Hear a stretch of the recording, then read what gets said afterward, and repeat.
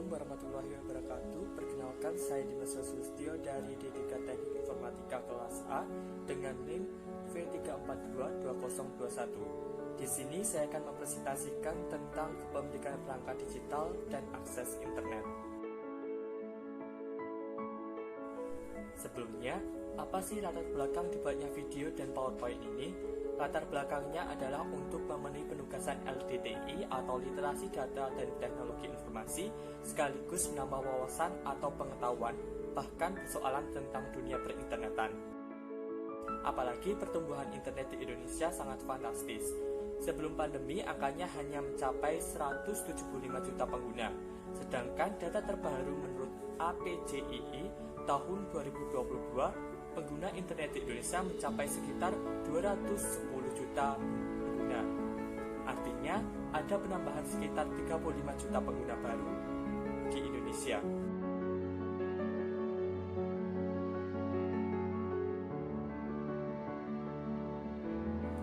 Selanjutnya, saya akan membahas beberapa tujuan penting yang akan saya uraikan satu persatu, di antaranya untuk mengetahui ketersediaan fasilitas internet di Indonesia, mengetahui keterjangkauan dan kendala dalam mengakses internet, dan yang terakhir penggunaan akses internet.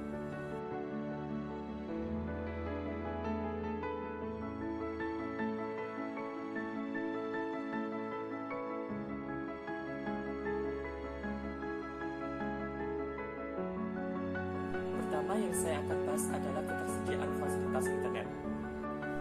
Asosiasi Penyelenggara Jasa Internet Indonesia atau APJII, jumlah pengguna internet di Indonesia sebanyak 202,6 juta atau sekitar 77% dari populasi.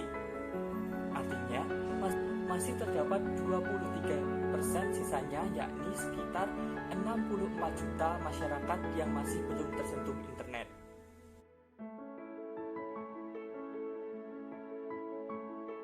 Dari banyaknya jumlah masyarakat yang belum bisa mengakses internet di Indonesia, ternyata Indonesia masih bisa menempati posisi ketiga banyaknya pengguna internet se-Asia. Jika dipikir-pikir, bagaimana jika semua masyarakat Indonesia bisa mengakses internet?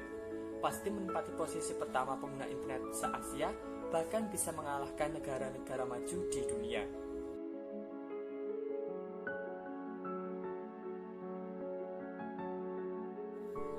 Lalu apa sih yang menjadi penyebab belum tersentuhnya internet di Indonesia? Pertama, kondisi geografis yang luas dan sulit dijangkau. Hal ini menjadi tantangan sendiri bagi bangsa Indonesia untuk membangun infrastruktur telekomunikasi, mengingat sebagian wilayah Indonesia memiliki kontur geografis berupa pegunungan dan banyak sungai. Kedua, operator komunikasi menganggap kurang menguntungkan untuk dilakukan investasi di tempat 3T, yaitu terdepan, terkeluar, dan tertinggal, karena biaya pembangunan dan biaya perawatan tower sendiri tidak sebanding dengan keuntungan dari pembelian internet.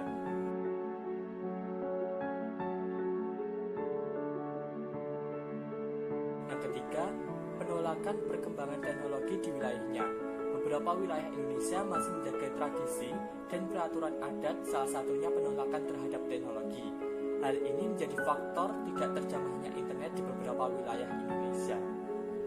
Terakhir, tidak mempunyai device sebagai sarana penggunaan internet. Sebagian kecil masyarakat masih mengalami kesulitan ekonomi, sehingga belum mampu membeli device seperti ponsel, laptop, tablet, dan lain-lainnya.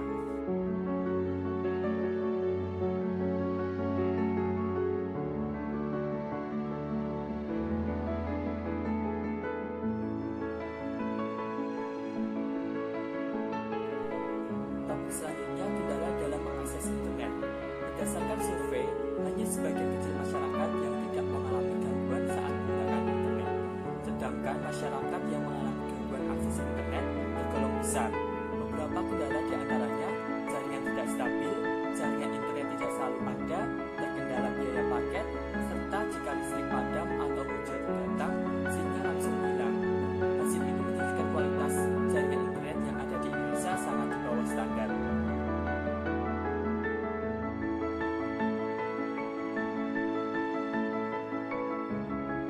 Lalu, akibat dari kualitas internet di bawah standar ini apa sih?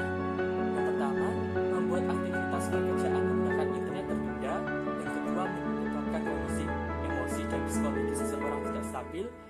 ketiga, membuat pelajar susah berkonsentrasi ketika pembelajaran dilakukan secara daring. Dan yang terakhir, menyebabkan miskomunikasi antar pengguna layanan komunikasi.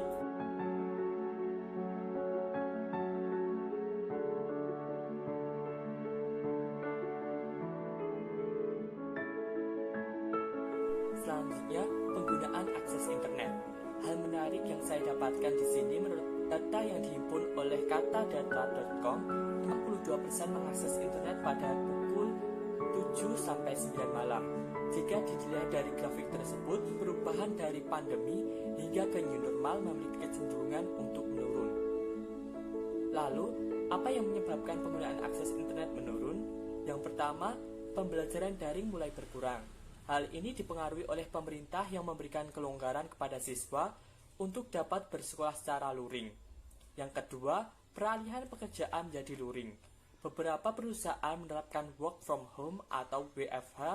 Hal ini bertujuan untuk memutus mata rantai penularan COVID. Namun, setelah new normal, perusahaan dipaksakan untuk berdampingan dengan pandemi, sehingga pengguna layanan internet menurun.